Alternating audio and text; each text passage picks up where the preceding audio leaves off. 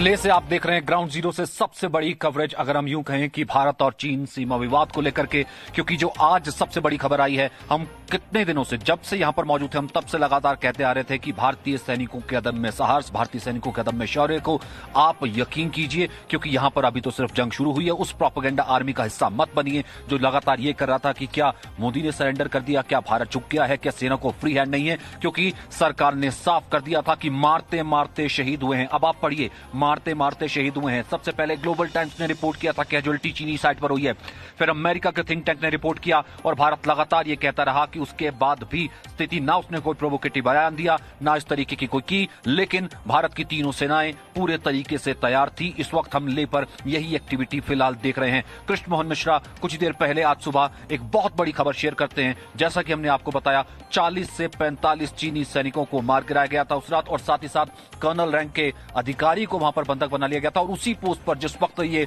बंधक बनाया गया था, वहां पर 7 सैनिकों को भी मार गिराया गया था।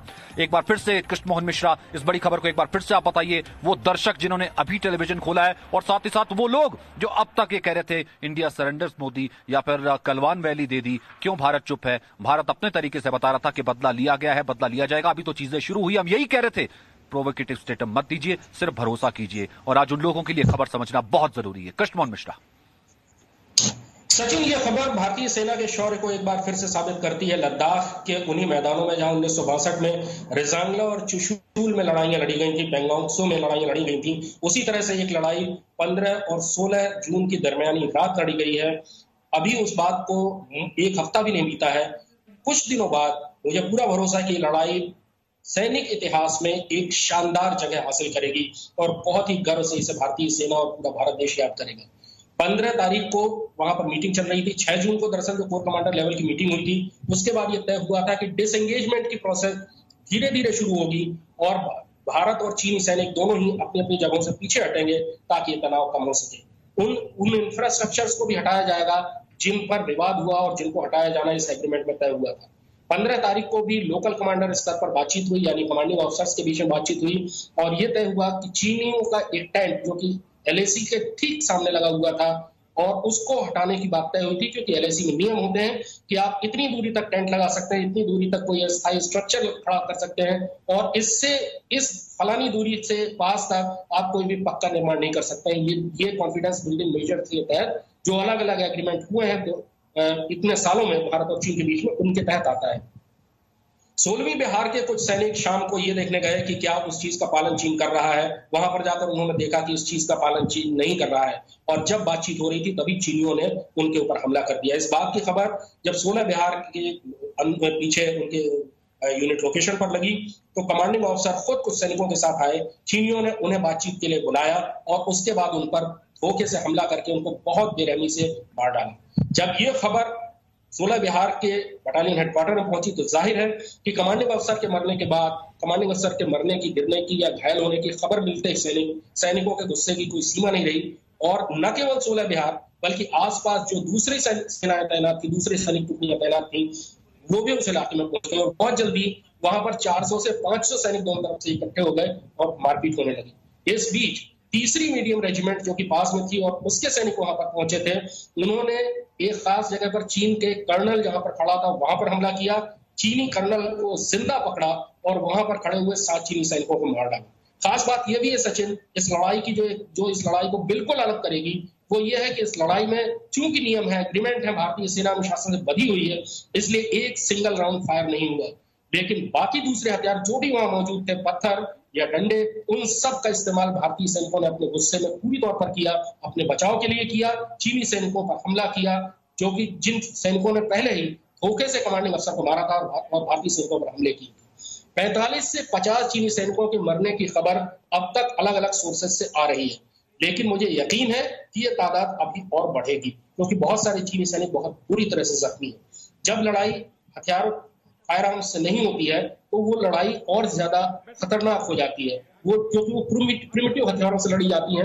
ये लड़ाई भी पत्थरों से लड़ी गई, डंडों से लड़ी गई, क्योंकि चीनी सैनिक तैयार थे, उनके पास खास तरह के डंडे थे जिनमें कीलें लगी हुई थी, ऐसी लोहे की रॉड्स थी जिनमें बाप द्वार लपेटे गए थे, और उनका जवाब फिर भारतीय सैनिकों ने उन्हीं के हथियार छीन कर दिया।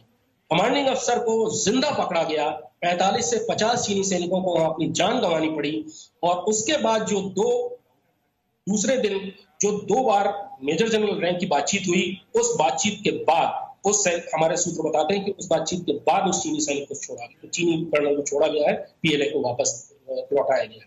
यानी आप पीएलए के पीपल्स लिबरेशन आर्मी के सैनिकों के मनोबल का अंदाजा आप इसी बात से लगा सकते हैं कि कितना टूटा होगा कि जब उन्हें अपने कमांडिंग अफसर, अपने कर्नल मनोबल का अंदाजा इसी बात से लगा सकते हैं कि उन्होंने सिर्फ कोशिश की थी कहीं ना कहीं प्रोवोक करने की, उन्होंने कोशिश की प्रोवोक करने की, उनको लगा कि नहीं 62 से अब तक वो जैसे प्रोवोक करता आया है, न केवल भारत रिप्लाई करेगा बल्कि कम से कम जो बॉर्डर कंस्ट्रक्शन का काम है और जो बाकी काम है वो भी रुक जाएगा। उसने सोचा नहीं होगा कि इस तरीके से, तभी हम कहते हैं ना कि माउंटेन वॉरफेयर में अभी तो बिना हथियार की सेना लड़ती है तो 45 से 50 मार गिराए जाते हैं, जो कि आपने कहा कि मॉडर्न वॉर हिस्ट्री में जो है ये अपने आप में एक गोल्डन एरा की तरह, आगे जब ये पढ़ाई जाएगी तो ये गोल्डन एरा की तरह आएगा। क्योंकि इस वक्त ये देखिए, क्योंकि बहुत से हम ये कह रहे हैं ना कि पीएलए का मोराल क्या होगा, पीएलए का मोराल टूटा होगा, चाइना का मोराल टूटा होगा, लेकिन कुछ लोग हम ये कह रहे हैं लगातार अपने ही देश में हैं जो उनका मोराल अप करने के लिए पूरी कोशिश करते रहते हैं। जब भारत लगातार कह रहा था, भारत ने गलवान को लेकर भी कहा, कल से वो लगातार सरेंडर की बात कर रहे हैं। आज देखिए ये सुबह इतनी बड़ी जब खबर आती है, एक बार फिर से राहुल गांधी ट्वीट करते हैं, मैंने उस ट्वीट को खोला है, वो लिखते हैं कि नरेंद्र मोदी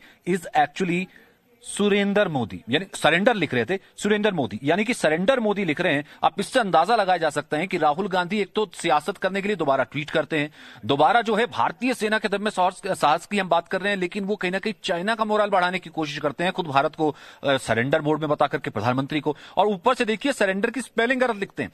सबसे बड़ा ये देखिए राहुल गांधी जो अपने आप को जो है आने वाले बहुत से लोग ऐसे हैं कि उनको भावी पीएम के तौर पर देखते हैं, बहुत से लोग भावी पीएम के तौर पर प्रोजेक्ट करते चले आए हैं पुराने से, लेकिन राहुल गांधी की आप इसी से कूटनीतिक समझ, राजनीतिक समझ का अंदाजा लगा जा सकते हैं कि जब वो सुबह सुबह ट्वीट करते हैं खुद अपने ही प्रधानमंत्री को कहीं ना कहीं ट्रोल करने के लिए या फिर उनको ये बताने के लिए कि उन्होंने सरेंडर कर दिया, सरेंडर की स्पेलिंग ही गलत लिखते हैं। अब आपको खुद पता लगना चाहिए कि हम लगातार कह रहे हैं कि कहीं ना कहीं ऑपोजिशन जो है एकजुट होना चाहिए, ये वक्त सियासत का नहीं है, लेकिन हर वक्त सियासत और सियासत के बाद राजनीतिक समझ भी नजर आता है। रवि त्रिपाठी हमारे साथ मौजूद है। रवि त्रिपाठी से क्या अंदाजा लगाया जाए? एक तो आप सियासत करते हैं, चाइना का मोराल आप करते हैं, चाइना की बी टीम कहीं ना कहीं करने की कोशिश करते हैं, सरेंडर की स्पेलिंग तक नहीं आती आपको, स्पेलिंग तो चेक कर लेते।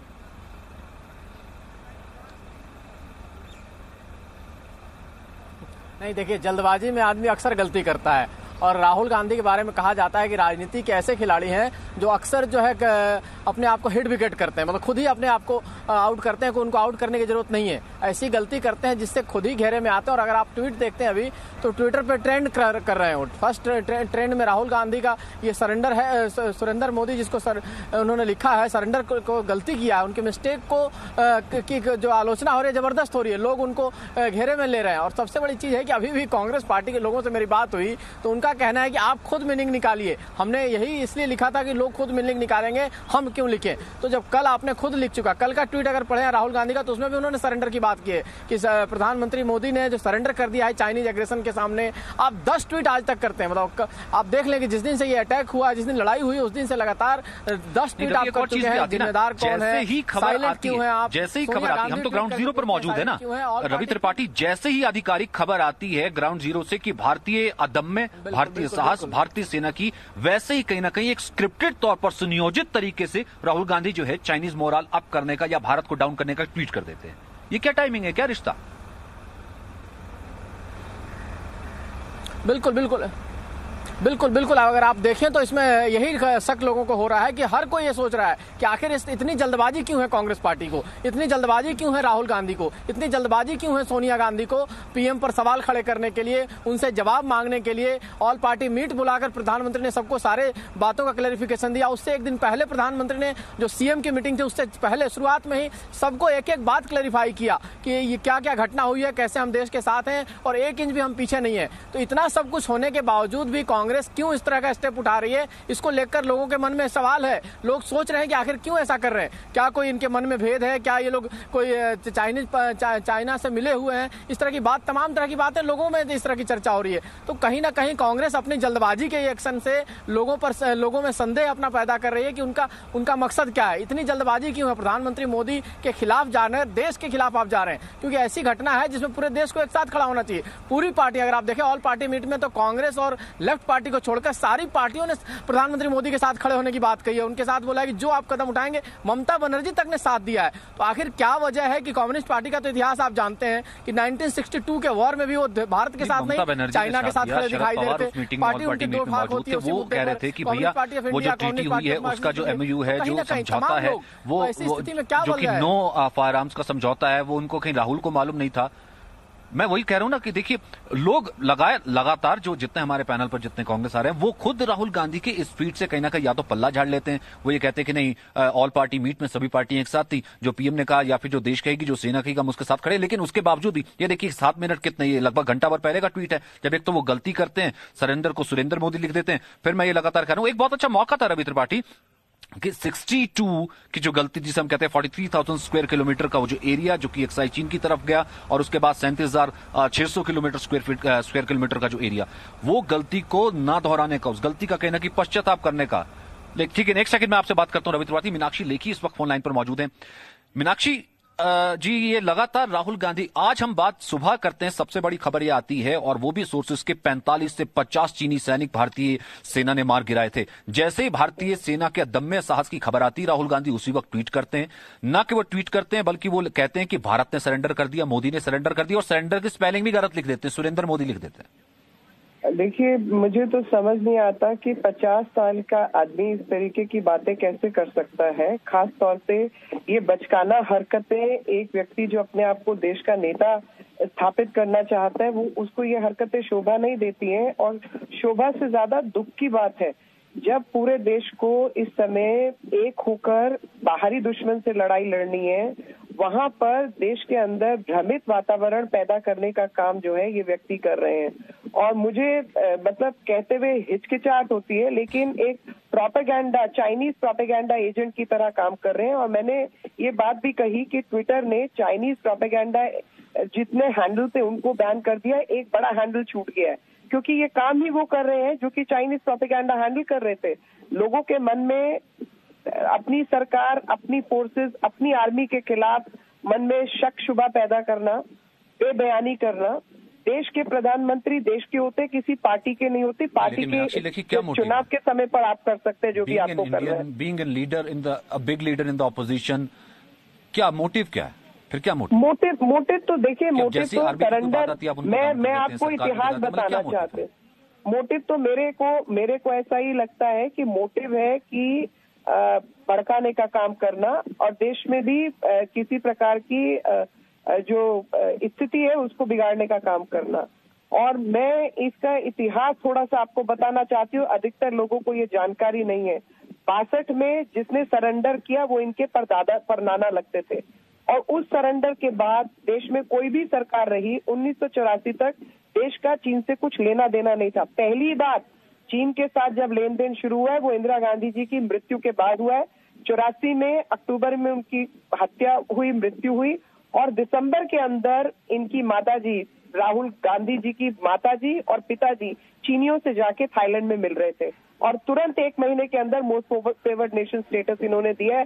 बाकी सब कहानी है, चाहे चीन ओलंपिक्स की, बीजिंग ओलंपिक्स की हो, या बाकी चीजें जो तस्वीरें दिखती हैं, कुछ लोगों को कुछ बात समझ आती है, कुछ को नहीं आती है। लेकिन इस देश के अंदर अगर आज के हालात में कोई व्यक्ति चीनियों के साथ खड़ा हुआ दिखाई दे रहा है, चाहे वो बहिष्कार का मामला हो, चाहे अन्य मामले हो, चाहे लोगों के मन में शक शुबा पैदा करने का काम हो, तो उस व्यक्ति का नाम राहुल गांधी है। और मुझे लगता है कि जहां पर हम चाइनीज गुड्स की बॉयकॉट कर रहे हैं, ऐसे नेताओं को भी बॉयकॉट करेंगे।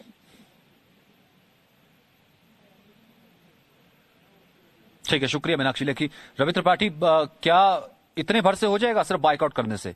क्योंकि जिस वक्त जरूरत है एक साथ होने की, उस वक्त आप एक प्रोपेगेंडा आर्मी की तरह, इतना तक ग्लोबल टाइम्स नहीं प्रचार कर रहा।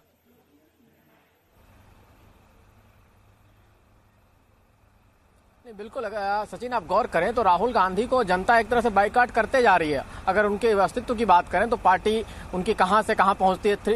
200 से पार्टी आगे लगभग 50 के 44 के आसपास से सिमटती है 2014 के चुनाव में। 2019 के चुनाव में थोड़ी सी बढ़ती है, लेकिन राहुल गांधी अमेठी से साफ हो जाते हैं, अपने संसदीय क्षेत्र को छोड़ के भागना पड़ता है, वहां से चुनाव हारते हैं। अब जाके केरल की बात करते हैं तो राहुल गांधी धीरे धीरे जनता की नजरों में गिर रहे हैं, और ये बात शायद उनको समझ नहीं आ रहा है, या उनके समर्थकों को, उनके जो सलाहकार हैं उनको समझ नहीं आ रहा है कि लगातार आप गलती करते करते हैं, प्रधानमंत्री पर लगातार अटैक करते हैं और ओछा अटैक करते हैं। चौकीदार चोर है, आपने देखा नारा दिया उन्होंने, उसके पहले उनकी माताजी ने नारा दिया था 2007 में गुजरात में, तब क्या नतीजा हुआ था आपको ये भी ध्यान है। तो तमाम तरह से एक आदमी को अटैक करना, चूंकि आपको उस आदमी से नफरत है, आपको उस आदमी से गुस्सा है, आपको उस आदमी से कहीं ना तकलीफ है, तो उस आदमी से तकलीफ होने के बाद आपको देश से तकलीफ नहीं होना चाहिए। समस्या ये है कि लोग ये मान के चलते हैं कि ऐसी स्थिति में, खासतौर पे संकट के समय में, और हर बार सवाल आप खड़ा करते हैं। आप जब उरी अटैक होता है तब भी सरकार पर सवाल खड़े करते हैं, जब आप पुलवामा अटैक होता है तब भी सवाल सरकार पर खड़ा करते हैं, और जब सरकार अटैक करती है तो उसकी तारीफ नहीं करते हैं। तारीफ भी तो करना सीखिए। उसके बाद उरी अटैक के बाद जिस तरह से सर्जिकल स्ट्राइक हुआ उसकी तारीफ करते खुल के, वो भी आप नहीं कर पाए, उस पर भी सवाल खड़े करने लगे आप।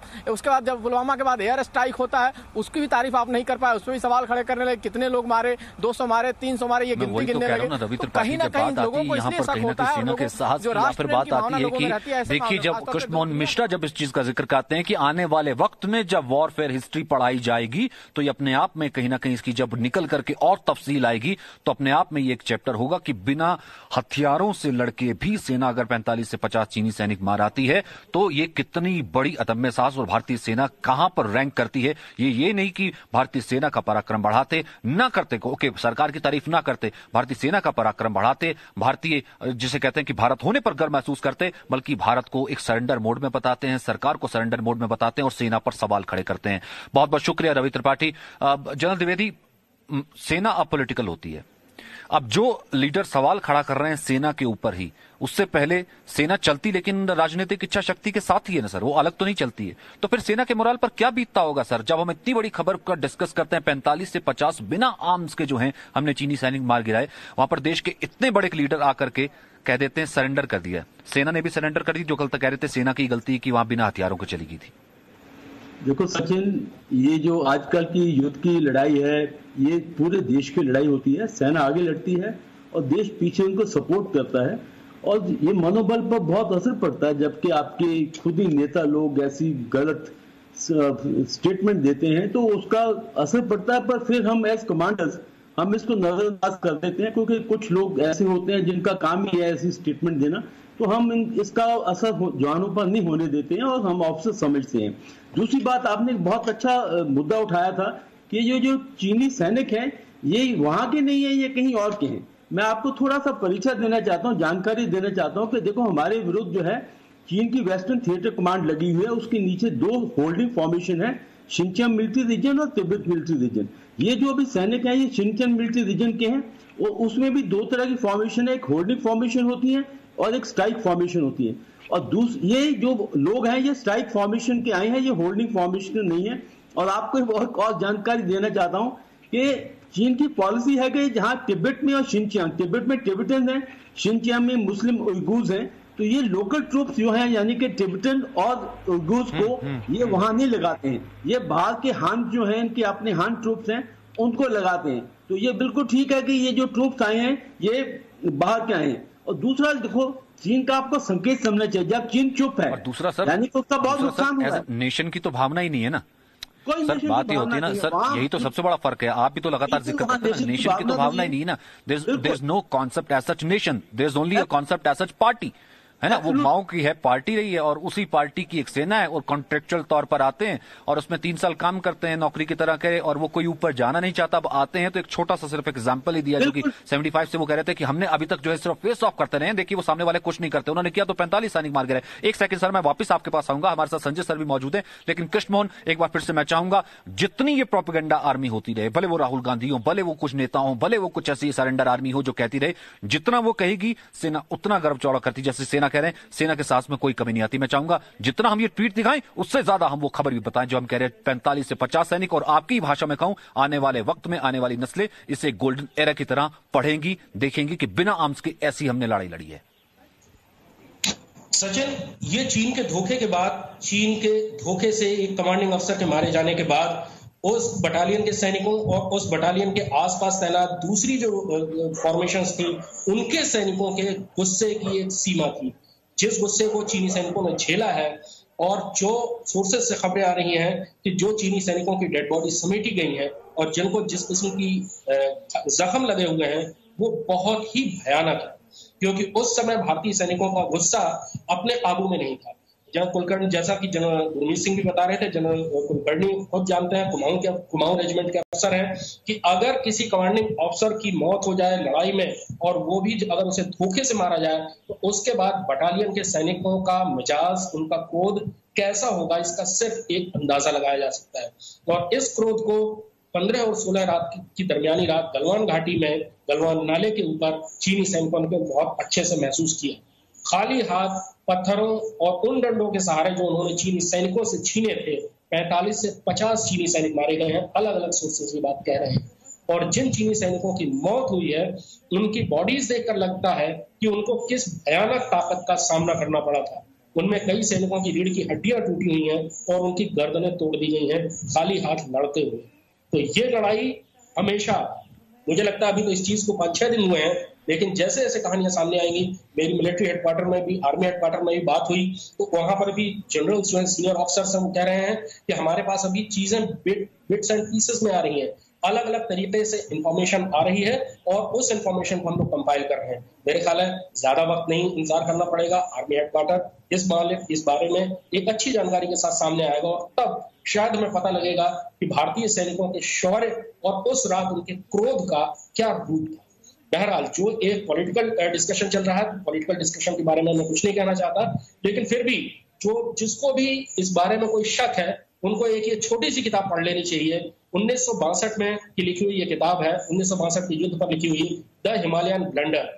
ये ब्रिगेडियर जॉन डलवी की लिखी हुई किताब है, जो उस समय 7th ब्रिगेड कमांड कर रहे थे अरुणाचल प्रदेश के नामका चुने, जो कि 20 अक्टूबर की सुबह से लेकर दोपहर तक उस वक्त के तमाम भाषण से लेकर के जनरल थिमैया से लेकर के और उसके बाद हम ये कहें कि एयर चीफ मार्शल से लेकर के तमाम, ये तो कैटेगरी कि that was not arm defeat, that was a political defeat और एक बहुत अच्छा मौका था। और मैं ये कहूं कि कहीं ना कहीं ये बात है, बहुत अच्छा मौका था उस गलती को जो है ठीक करने का, लेकिन वो भूल सुधार ठीक करते नजर नहीं आ रही है। तो कुल मिलाकर के एक छोटा सा ब्रेक ले रहा हूं, लेकिन कुछ लोग जो सुनना चाहते हैं कहीं ना कहीं वही प्रोपेगेंडा कर रहे हैं, वही कर रहे हैं। लेकिन जैसे सेना ने कहा, सेना के मनोबल पर प्रभाव तो पड़ता है, लेकिन इतना प्रभाव नहीं करता क्योंकि सेना के लिए नेशन फर्स्ट है और उसकी साहस इस तरीके से ही जारी रहेगा। अब जनरल कुलकर्णी आपके पास मैं नहीं आ पाया, छोटा सा ब्रेक ले रहा हूं, तुरंत आपसे शुरू करूंगा sir. Presenting B News app, available on Google Play and App Store. Download it now.